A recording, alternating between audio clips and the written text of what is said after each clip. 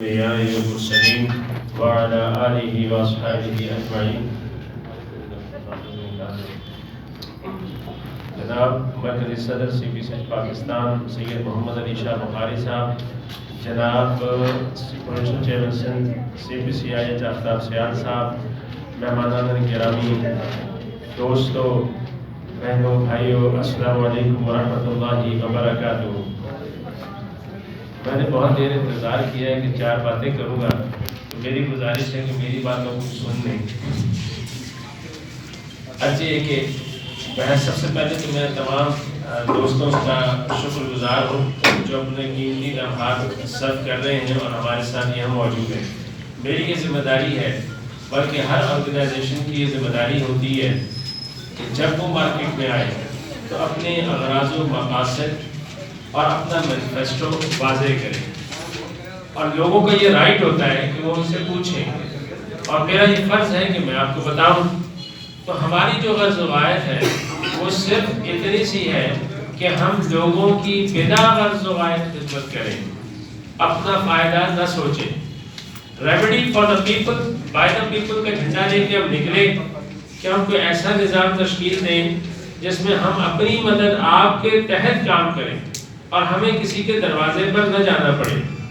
دیکھیں، کاموں کے لیے آپ کو مختلف ڈپارٹمنٹس میں، چاہے وہ گورنمنٹ کے ہوں یا نان گورنمنٹ ہوں، آپ کو جانا پڑے گا، لیکن ہماری کوشش یہ تھی کہ اس طرح کا سسٹم اور اسٹرکچر بنے کہ ہم سب کو شامل کر لیں، اور ہماری آرگنائزیشن میں ہر طرح کا شخص شامل ہو جس کے ذریعے ہم لوگوں کی خدمت کریں۔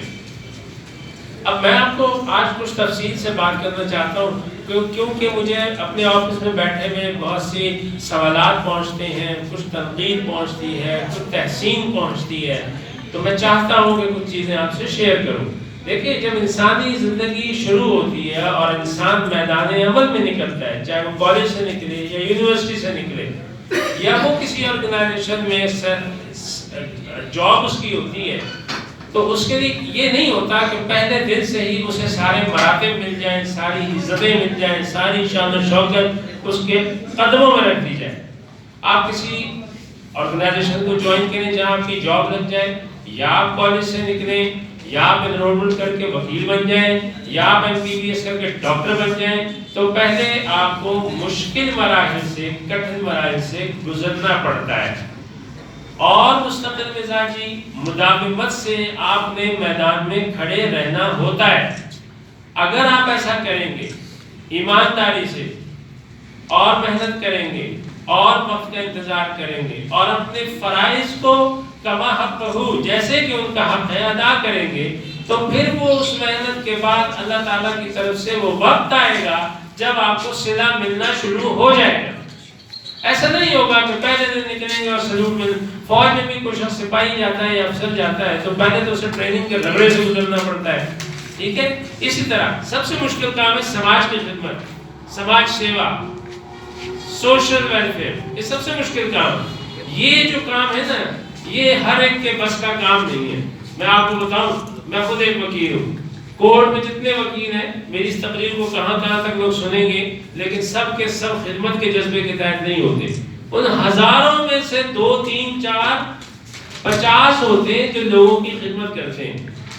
ڈاکٹر میں بھی ایسے ہی ہے، سارے ڈاکٹرز کو یہ توفیق نہیں ہوتی کہ وہ خدمت کریں، سیلری ہوتی ہے، میرے ڈیوٹی آرز ہے، اس کے بعد مریض مر جائے زندہ رہے مجھے نہیں۔ وہ لوگ بہت کم ہوتے ہیں جو ہر صبح و شام اپنا وقت کر دیتے ہیں۔ تو یہ سماجی خدمت MP MLA لوگ بنتے ہیں، حکومتوں میں جاتے ہیں، ان میں بھی خدمت کے جذبے کے تحت کام کرنے والے لوگ کام ہوتے ہیں۔ یہ کوئی تنقید نہیں ہے، یہ میں ایک فیکٹ آپ کے سامنے رکھ رہا ہوں۔ اسی طرح سماجی تنظیمیں جو لوگ بناتے ہیں، جو ان میں شامل ہوتے ہیں، جو چلاتے ہیں اور جو کام کرتے ہیں، اس میں بھی ایسا نہیں ہوتا۔ ہر ایک کی اپنی ایک نیت اور ایک مفاد ہوتا ہے، وہ اس حساب سے آتا ہے، لیکن بیسیکلی جو ان کو بناتے ہیں اور چلاتے ہیں، اگر ان کی نیت اور اخلاص ہو تو وہ اس لیے کرتے ہیں کہ میں کچھ معاشرے کی خدمت کر گزروں۔ اور آپ نے دیکھا اس نظریے، اس نیت سے اور انتہائی انت تک محنت سے ایک شخص نے آپ کو کام کر کے دکھایا، عبدالستار ایدھی۔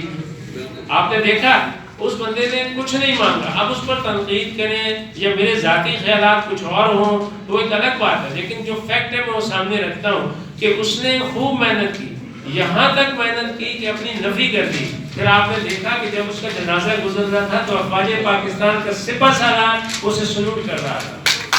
جبکہ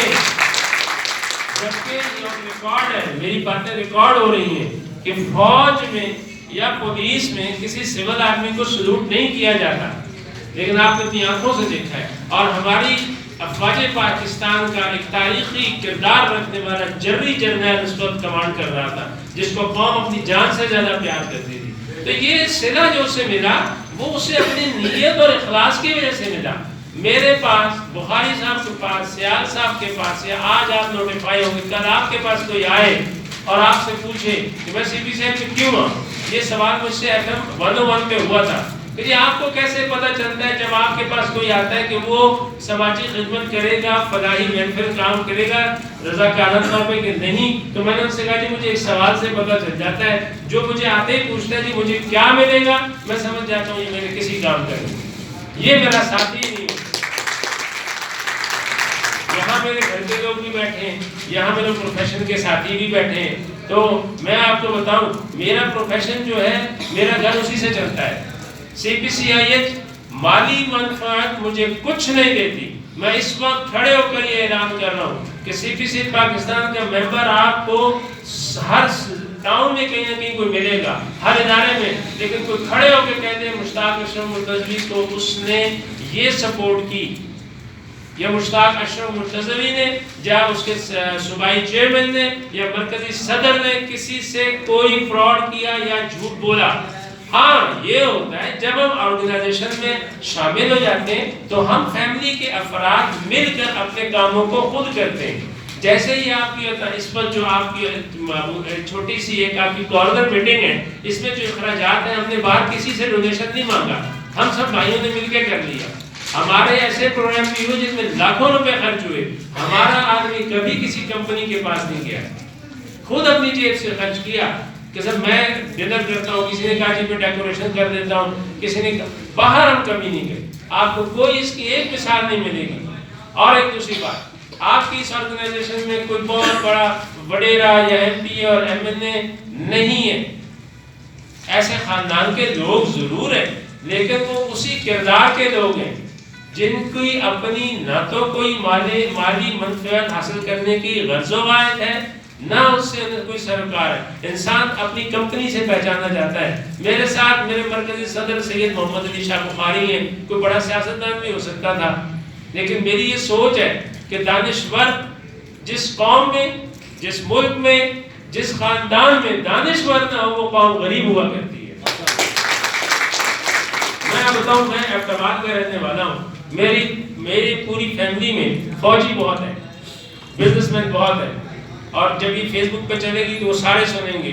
میں کہتا ہوں کہ میری فیملی غریب ہے، اس میں ایک بھی دانشور نہیں. اسی طرح لیکن آپ کی CPCIH غریب نہیں ہے الحمدللہ. آپ کو مرکزی لیول پر جو آپ کو صدر اللہ پاک نے دی ہے اس کو یہ قوم دانشور مانتی ہے. میں آپ کو یہی تحفہ دے سکتا تھا. دوسری بات، آپ کو سندھ کے لیول میں جو شخص ملا ہے، آپ دیکھ لیں، میرا خیال ابھی پیدل گھومنا ہو تو آپ کو آفتاب سیال صاحب ہر جگہ ملیں گے.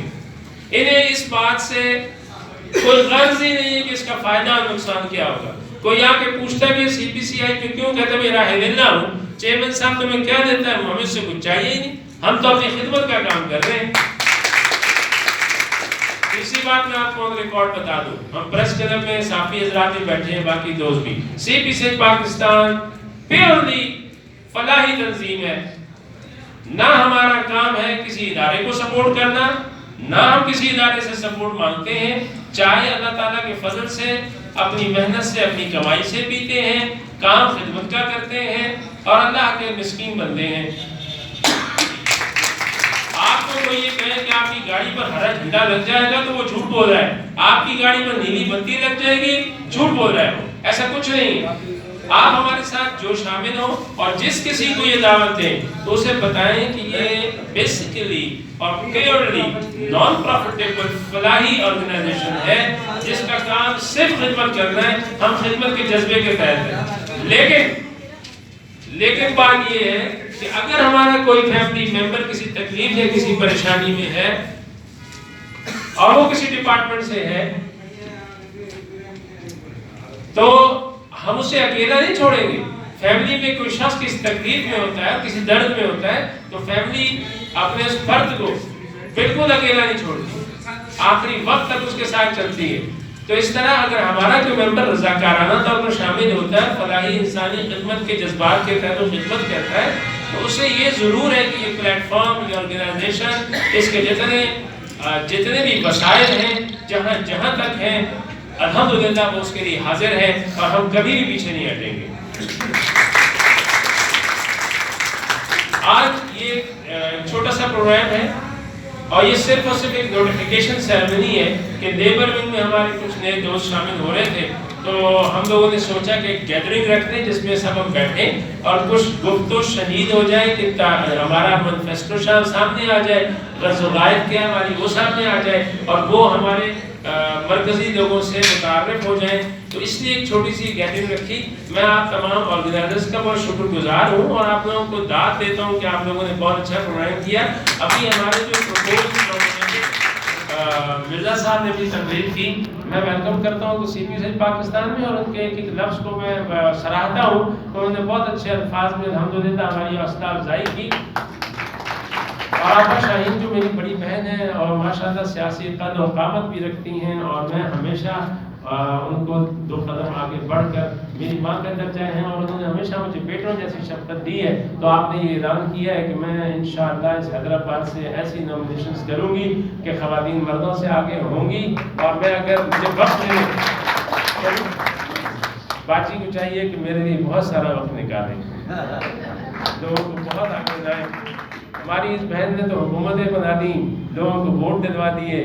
اگر 4 آدمی آپا نکالیں گے تو آپا کے لیے کوئی بڑی بات نہیں ہے, بٹ آپ لوگ آپا کے لیے بہت تالیاں بجائیں, اپنی بہت مصروفیات سے وقت نکالتی ہیں. اور یہ واحد وہ ہماری فیملی ممبر ہیں جنہوں نے کبھی کوئی عذر پیش ہی نہیں کیا کہ میں ادھر ہوں, اسلام آباد ہوں, لاہور ہوں. بس مجھے یہ ڈیمانڈ ہوتی ہے کہ پروگرام کی تاریخ رکھنے سے پہلے مجھے بتانا تھا کہ میں اپنی مصروفیات میں سے وقت نکالوں. تو ان کا یہ جذبہ, ان کی یہ کاوش جو ہے وہ قابل قدر ذائقہ ستائش ہے. اور رمضان رائن صاحب اور سید محمد شاہ بخاری صاحب جیسے بزرگ جب تقریر کرتے ہیں تو اس کے بعد تقریر کی گنجائش نہیں ہوتی, لیکن میری ڈیوٹی ہے کہ میں آرگنائزیشن کے اور ایمز آبجیکٹیوز کو واضح کروں, تو میں کرتا ہوں. جن لوگوں کو ہم نوٹیفیکیشنز دے رہے ہیں, میں نام کال کروں گا تو میری گزارش ہے کہ اس طرف سے تشریف لائیں, اور تاکہ وقت زیادہ. یہ محمد اقبال